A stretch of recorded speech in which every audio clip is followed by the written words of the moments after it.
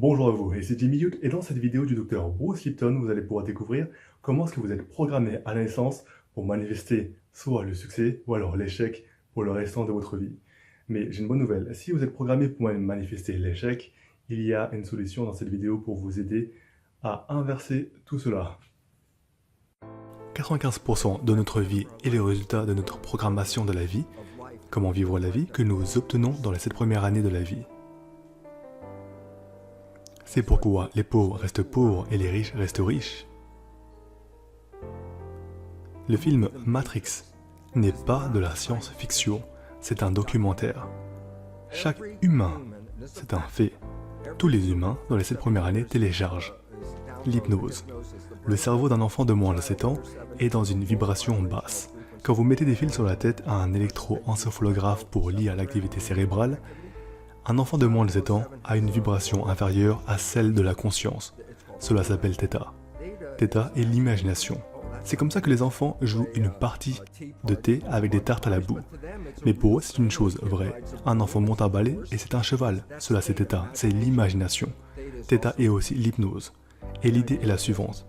Avant que vous puissiez devenir conscient, si vous n'avez aucun programme, qu'allez être-vous conscient d'eux? La nature a fait que, les 7 premières années, l'enfant télécharge quel genre de programmes sont nécessaires pour vivre. Je dis comment? θ est l'hypnose.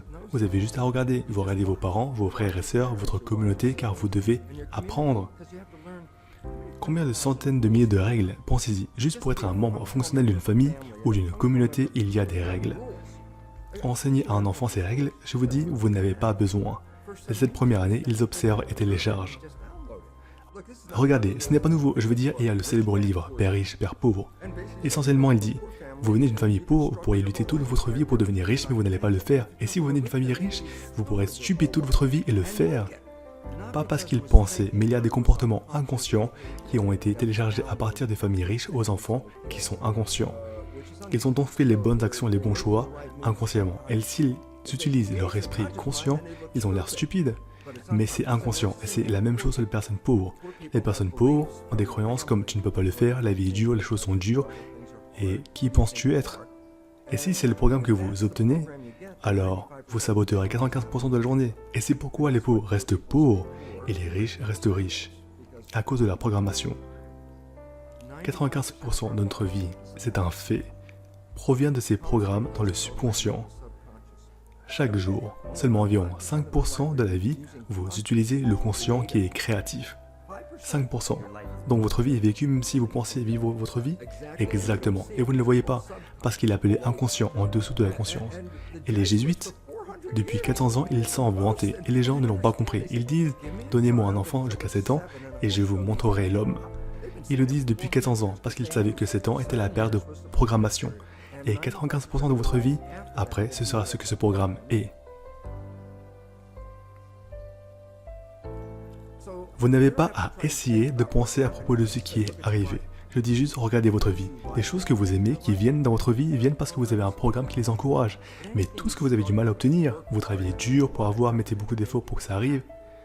Pourquoi travaillez-vous si dur? Inévitablement, vous avez un programme qui ne tire pas ses conclusions.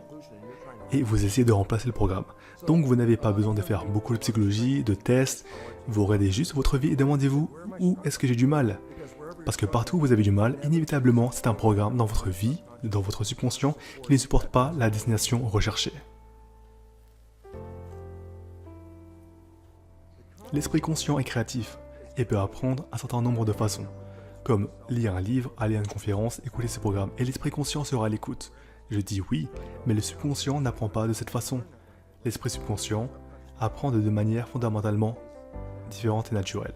L'hypnose, qui est cette première année, et après 7 ans, comment mettez-vous de nouveaux programmes? Par la répétition.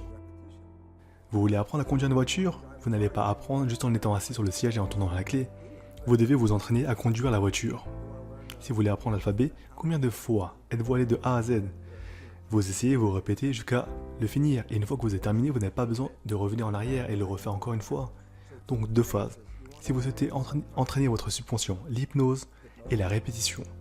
J'aime le dernier parce qu'il y a une phrase qui dit « simulez jusqu'à que vous le fassiez ». Ce qui veut dire que si vous n'êtes pas une personne heureuse et que vous voulez être heureux, je dis « répétez, je suis heureux, je suis heureux, je suis heureux ». Je dis, eh bien tu n'as pas l'air heureux. Non, à qui je parle? Par la répétition, je parle au subconscient. Et si le subconscient comprend je suis heureux et que 95% de la vie provient du subconscient, alors il y aura un moment où le subconscient va comprendre je suis heureux. Et vous n'avez plus besoin de le dire encore une fois, ce sera automatique. C'est pourquoi il y a des gens qui font des affirmations, des jours de gratitude, tous les jours. C'est répétitif. C'est la partie secrète. Comme mettre un post-it sur le réfrigérateur, c'est plus comme une suggestion, mais ce n'est pas de la répétition, donc ça ne fonctionne pas très bien. La répétition, c'est une habitude, vous devez le faire encore et encore, vous devez former une habitude, donc faire quelque chose religieusement dans un sens de le répéter encore et encore, jusqu'à ce que ça fonctionne.